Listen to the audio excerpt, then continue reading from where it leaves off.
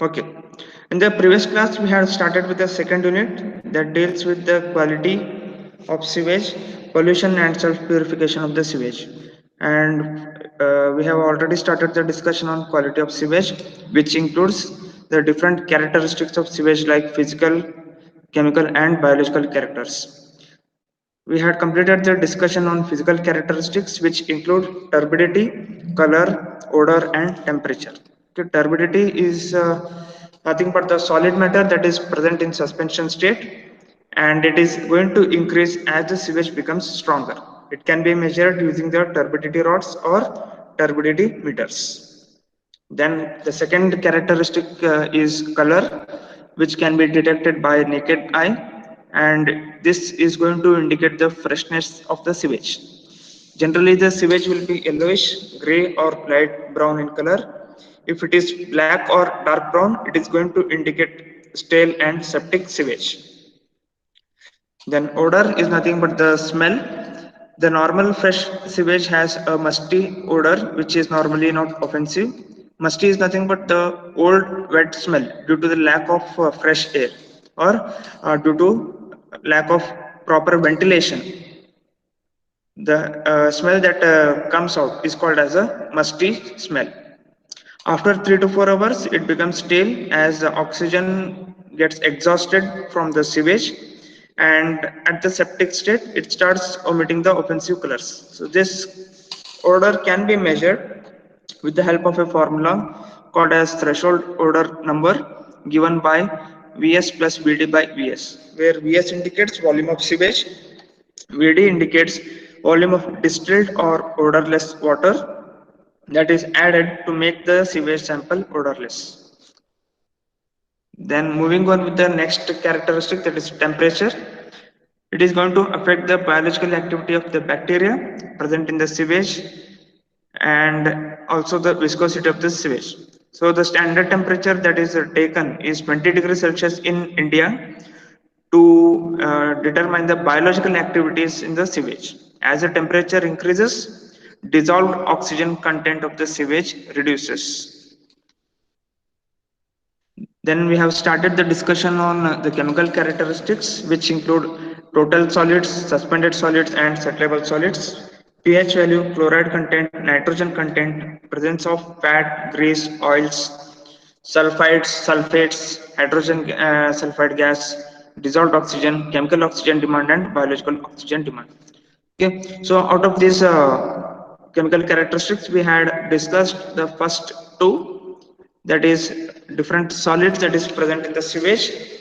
Normally, the sewage is containing 99.9% of water and only 0.05% to 1%, 0.1% has the total solids in the sewage.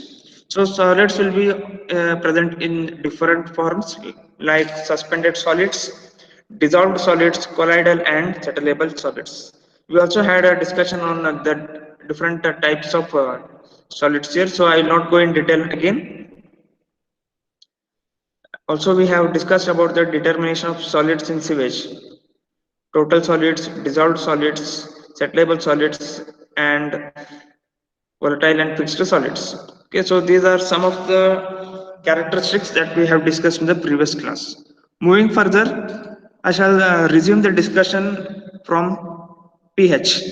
pH is nothing but the negative logarithm of hydrogen ions that is present in the water or sewage. Okay, generally the pH scale is from 0 to 14, where less than 7 indicates acidic and more than 7 pH value indicates the alkaline sewage. Since we are talking about sewage, it can be acidic sewage with the pH value between 0 and less than 7, and alkaline sewage if the pH value is more than 7. One question for you: can the pH value of sewage be 7? Can anyone answer this? In the water supply engineering class, we have discussed the pH of water, which is either acidic, basic, or neutral or distilled. Okay, whose pH value will be less than 7, more than 7, and equal to 7 respectively. Similarly, the sewage has also got certain value of pH ranging from 0 to 14. Anything that is acidic will be having pH less than 7, and alkaline sewage will have the pH more than 7. Can a sewage has got a pH value equal to 7? No, sir. What is the reason? What might be the reason that pH of sewage cannot be equal to 7 or cannot be neutral? Sir, if it is neutral, it is not a sewage, sir. Yeah, correct. Because sewage contains either organic matter or inorganic matter or some other matter that is already present in that. Okay, that is going to impart either acidic or alkaline nature to the water. So the sewage cannot have a pH value equal to 7. Okay, then it can be measured with the help of a potentiometer, and this determination is very important as the treatment unit's efficiency will depend on the particular value of pH or range of pH. Fresh sewage is generally alkaline, but as the time passes it tends to be acidic because of the bacterial action in anaerobic processes. Because of some bacteria that are present in the sewage, and due to the anaerobic process that takes place in the sewage, the pH value tends to fall below the value of 7, which is generally acidic in nature. Therefore we can say that fresh sewage is having a pH greater than 7. As the time passes, the pH tends to reduce to less than 7, making it acidic in nature because of the bacteria present in the sewage that makes the sewage turn acidic due to anaerobic process.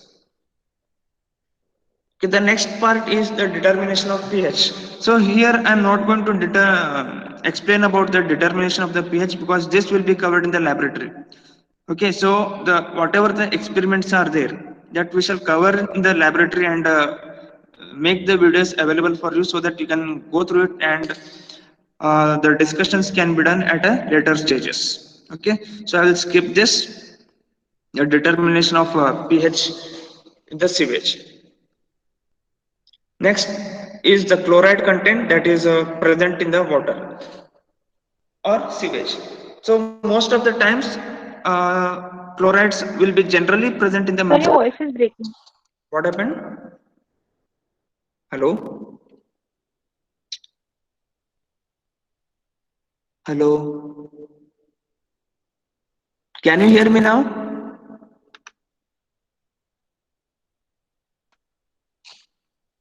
Yes, sir, we can hear you, sir. I am clear here. Yes, sir, clear, sir. Yes, yes, okay. So I'll continue the discussion. Most of the sewage, municipal sewage, is generally derived from the kitchen waste, human waste, and urinary discharges from domestics and also from the industries. Okay, so the chloride will be present in the domestic sewage will be in the range of 120 mg per liter. That is the normal content, chloride content in the domestic sewage. The permissible content of chloride in the water supply is 250 mg per liter.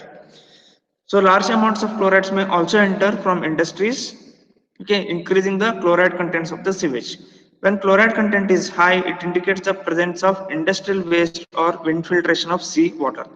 Okay, so most of the times what happens is the chlorides that is present in the earth, deep inside the earth, will get mixed with the seawater due to infiltration, and also the underground water gets mixed with the chloride content. As a result, the chlorine content in the water will be in the higher range. Okay, so also along with this there will be a municipal waste from domestic and industries which makes the sewage with chloride content in the range of 120 mg per liter to 250 mg per liter. So how to determine the chlorides in the sewage sample. This we shall take up in the laboratory discussions. Next, moving on to the nitrogen contents. If the nitrogen is present in the sewage, it is going to indicate the presence of organic matter. Since the nitrogen is present in different forms such as free ammonia, albuminoidal nitrogen called organic nitrogen, nitrites and nitrates. So these are the different forms of nitrogen that is present in the sewage. And this is going to indicate the organic matter present in the sewage. Free ammonia is going to indicate the first stage of decomposition of organic matter. Then organic nitrogen or albuminoidal nitrogen indicates the quantity of nitrogen that is present in the sewage before the decomposition of organic matter. Okay, that means before any decomposition takes place in the organic matter, what is the actual nitrogen that is present in the sewage? That indicates the organic nitrogen or albuminoidal nitrogen. Next, nitrates, it is presence of partly decomposed organic matter, and nitrates indicate the presence of fully oxidized organic matter. So there are four different nitrogen contents present in the sewage. First one is a free ammonia, which indicates the decomposition of organic matter. Okay, you feel the smell there. So based on that smell, you should be able to identify that the organic matter is being decomposed.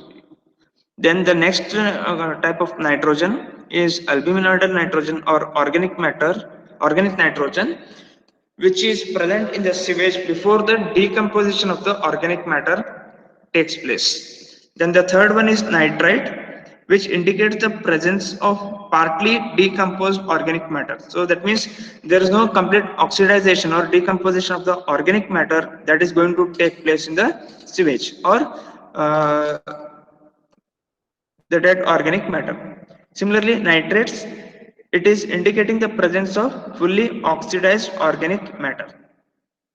Okay, so here we can say that nitrites indicate the intermediate stage between organic nitrogen and nitrates.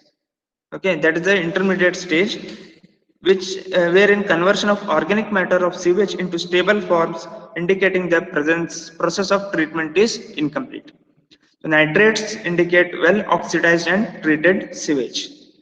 So these are the different forms of nitrogen you can find in the sewage. Any doubts up to this point?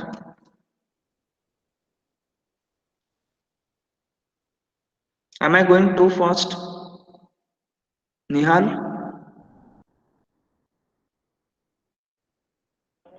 No, sir. So I'll continue with the discussion here. Yes, sir.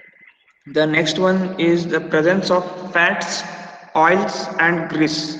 So this is generally due to the discharge from industries, garages, kitchens of hotels, restaurants, vegetable matter, and discharge from animals. Okay, so most of the industries like textile industries, sugar industries, etc., will discharge large amount of oils and greases into the water bodies, and also the fats are derived from either kitchens of hotels, garages, restaurants, and discharges from animals. So these are going to form a scum. Scum is nothing but a layer of on the top of the surface of water.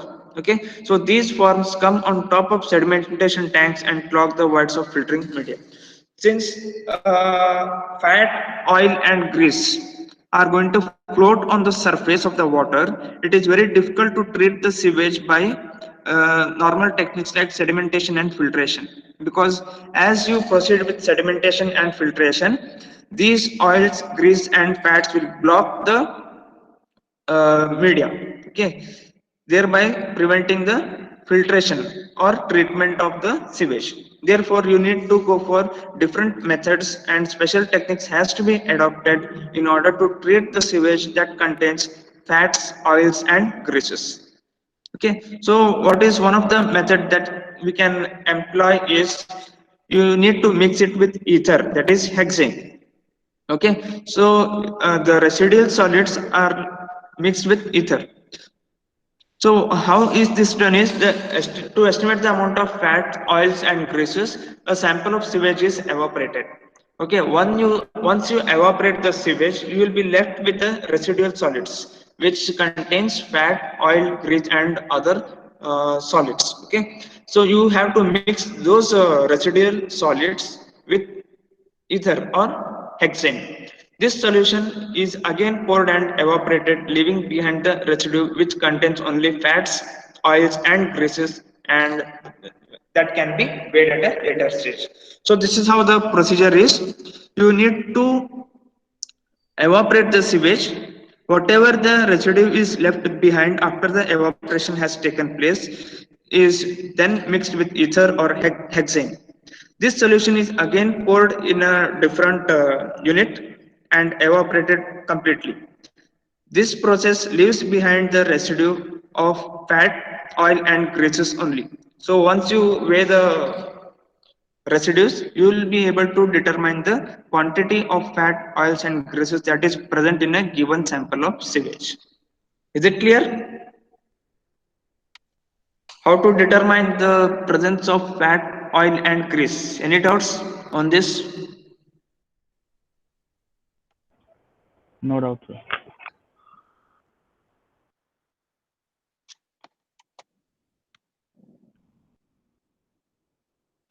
Okay, the next part is the presence of sulfide, sulfate, and hydrogen sulfide gas in the sewage. The presence of sulfide and sulfate indicates aerobic and anaerobic decomposition. So these are formed due to the decomposition of various sulfur compounds that is present in the sewage. Okay, so usually the sulfides and sulfates will be formed when the decomposition of the sulfur and sulfur compounds take place in the sewage. Okay, the presence of these compounds indicate the aerobic and anaerobic decomposition of the sewage.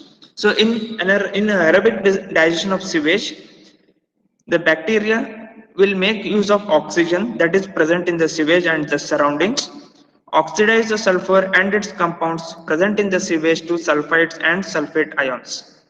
Okay, so as discussed in the previous point, sulfur and sulfur compounds are being present in the sewage. So during the stage of aerobic digestion of the sewage, the bacteria that depend on oxygen, those bacteria we call it as aerobic bacteria and facultative bacteria.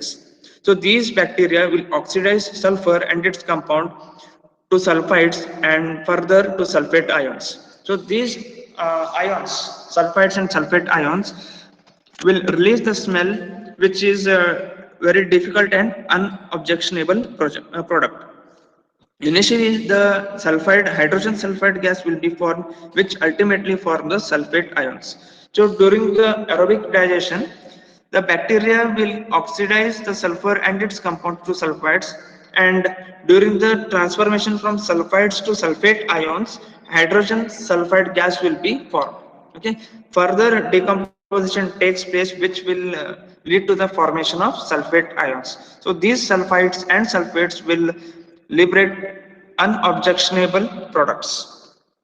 Similarly, in anaerobic digestion, the bacteria which does not make use of oxygen will reduce the sulfurous matter into sulfides along with H2S, methane, carbon dioxide, and cause obnoxious odors. Okay, so the difference between these two, aerobic digestion and anaerobic digestion, is during the stage of aerobic digestion, the bacteria will make use of oxygen that is present in the atmosphere and the sewage and will oxidize the matter of sulfur and its compound to sulfides and sulfate ions.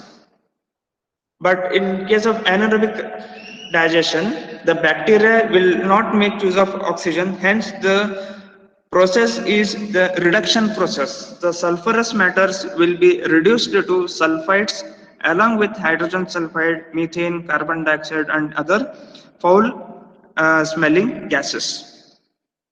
So this is about the sulfides, sulfates, and hydrogen sulfide gas. So these are some of the important characteristics of sewage. That is, classified under chemical characteristics. So up to this point, there any doubts? If there are no doubts, then I will proceed with the dissolved oxygen.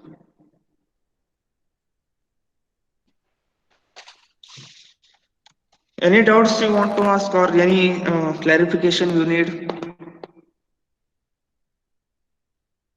or anything else you want to add?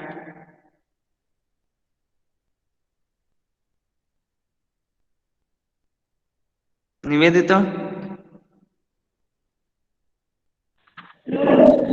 Okay, Pallavi, Pavitra?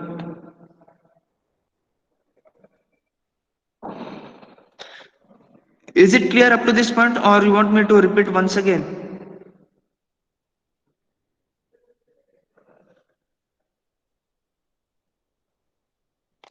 Shall I proceed with the next characteristic of sewage, that is dissolved oxygen?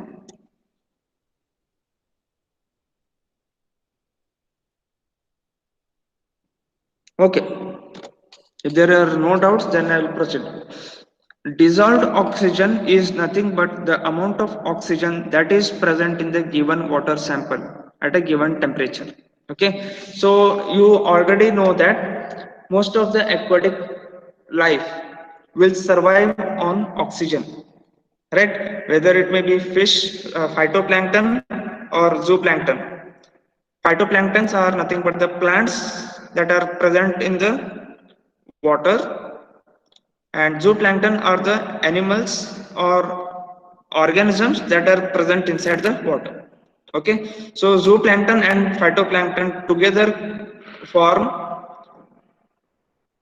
the organic matter in the water that mainly survive with the oxygen that is present in the water, that we call it as a dissolved oxygen.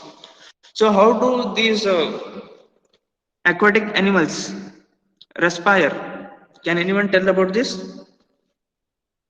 How does a fish survive in water?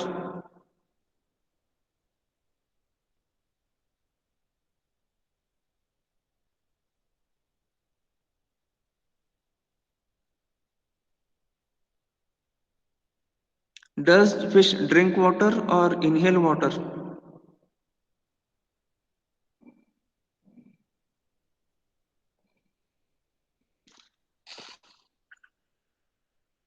Prabhu,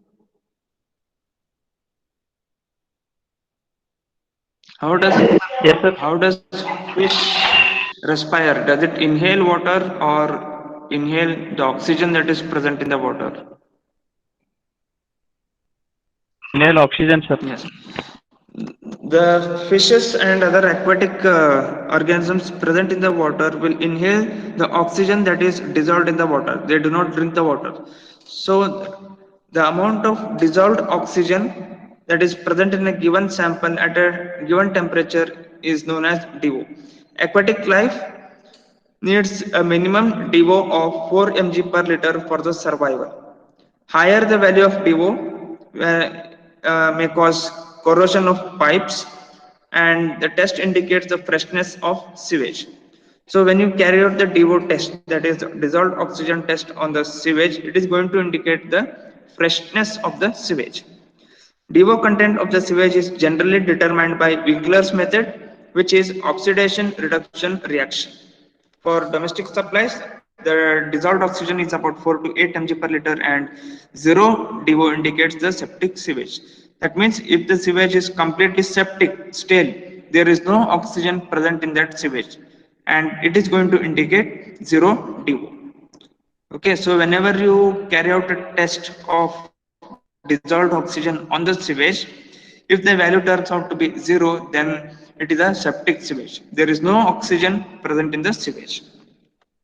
So how to determine the dissolved oxygen? You need to have these following chemicals: manganese sulfate, alkaline iodide azide, sulfuric acid concentrated in the ratio of 1:1, starch indicator, sodium thiosulfate, and distilled or deionized water. So distilled water is also sometimes called as deionized water. So this is how the procedure goes. you have to fill the sample with you have to fill the bottle with the filled sample completely so that there are no air bubbles present inside the bottle. Because what happens if there is voids or air bubbles present, it indicates the presence of oxygen or gas. Okay, so if you want to determine the accurate value of dissolved oxygen that is present in the sewage, there should not be a single air bubble present inside the sample. So you have to completely fill the bottle, BOD bottle, such that no air bubbles are present inside the bottle. The next point is you need to add 2 ml of manganese sulfate and 2 ml of alkali iodide azide reagent to the given sample.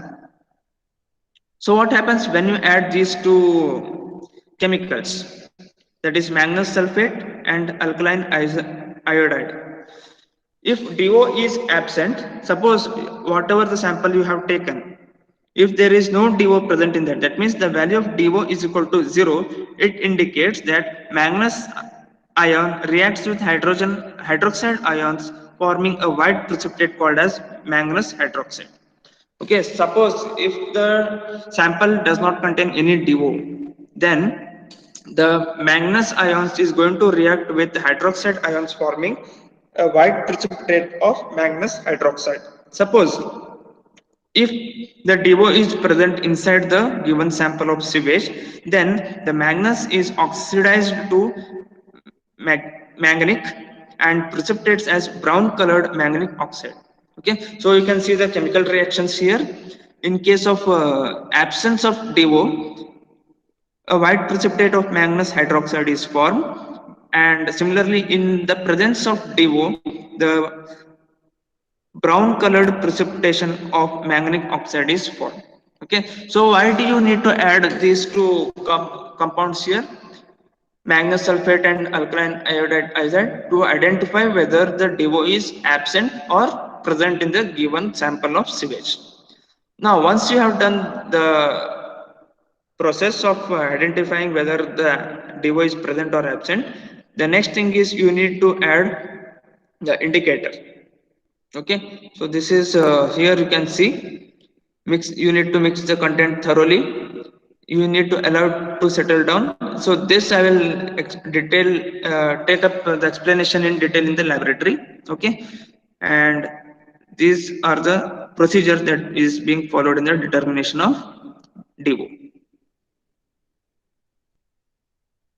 Okay, you need to take 203 ml of sample and titrate it with starch indicator, which gives a blue color solution. Titrate against the sodium thiosulfate to strong yellow color. Okay, so this procedure in detail will be discussed in the laboratory. So this is how you need to carry out the DO concentration by using the formula, that is burette reading into normality of the titrant and equivalent weight of the oxygen into 1000 divided by 203. Okay, is it clear? Any doubts?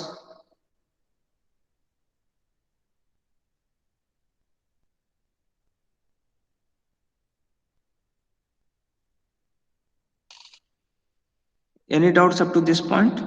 Dissolved oxygen. Sir, how the questions will be asked? How the questions will be asked, that discussion I'll take up later. I don't think it is required now. Okay, sir. Okay. So because it is lot of theory, sir, how to write? So for the this thing, I will give you the detailed this thing. Okay, it means I will let you know later regarding the determination of all these characteristics, how the questions will be there, and what you need to concentrate on. Okay, that discussion one I will take up once I complete the characteristics of the sewage in the theory as well as in the practical simultaneously. Okay, so whatever is being covered now, the same procedure we'll be explaining in the laboratory, because you need to conduct all these tests in the labs. Okay, determination of DO, COD, POD, pH, everything that you need to do it in the lab. So I won't discuss this in detail now. Okay, sir.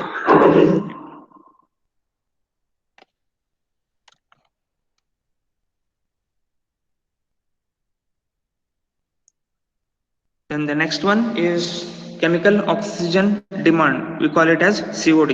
It is nothing but the oxygen required for chemical oxidation of biodegradable organics and non-biodegradable organics and inorganic impurities. Okay, so that means all the impurities that are present in the sewage, they undergo chemical oxidation process where the oxygen is being utilized. That is called as chemical oxygen demand. Okay, so these can be found out by strong chemical oxidants like potassium dichromate or potassium permanganate or potassium dichromate under acidic conditions. So in order to carry out the COD test, if you want to use these strong chemicals, in order to determine the COD of the sample, the sewage should have the pH less than 7.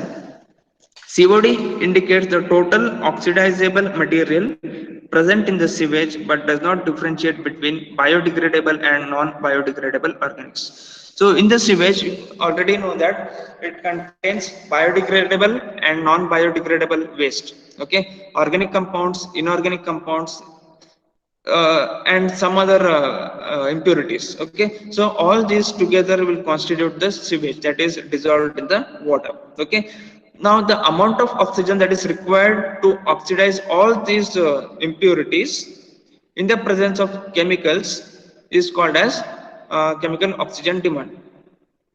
This COD will not differentiate between the biodegradable and non-biodegradable waste. Okay, so here you will not be able to differentiate what is the oxygen content required to oxidize biodegradable organics or what is the oxygen required to oxidize non-biodegradable organics. Okay, so it becomes difficult for you to differentiate between the oxygen required for biodegradable and non-biodegradable organic waste. So that we call it as a chemical oxygen demand. It is useful to estimate the strength of certain effluents of both organic and inorganic type that contains toxic chemicals. Okay, so you can use this method to determine the toxic chemicals that is present in the organic and inorganic waste or impurities that is present in the effluents. Effluents are nothing but the sewage that is being treated. As per CPCB standards, COD should be less than 250 mg per liter for discharging into surface water bodies. The next one is chemical oxygen, biological oxygen demand. It is indicating the amount of biologically active organic water that is present in the sewage. It is going to constitute one of the most important tests for wastewater. If sufficient oxygen is present, then aerobic bacteria will flourish and cause biological decomposition, resulting in the oxidation process. The amount of oxygen that is consumed in this process is called BOD. So, what is the difference between BOD and COD? In biological oxygen demand, the decomposition takes place and you can find out the amount of oxygen that is consumed in the process only in organic conditions. Okay, usually what happens is the sewage contains both organic and inorganic impurities along with biodegradable and non-biodegradable waste. Okay, but the chemical oxygen demand will not differentiate between the oxygen required to oxidize all these waste or impurities, but in case of BOD, that is biological oxygen demand, you can differentiate what is the actual quantity of oxygen that is consumed to oxidize the biologically active organic water that is present in the sewage. So this is the main difference between COD and BOD. Okay, so I'll stop here and we'll continue the discussion on COD and BOD in the next class. Any doubts?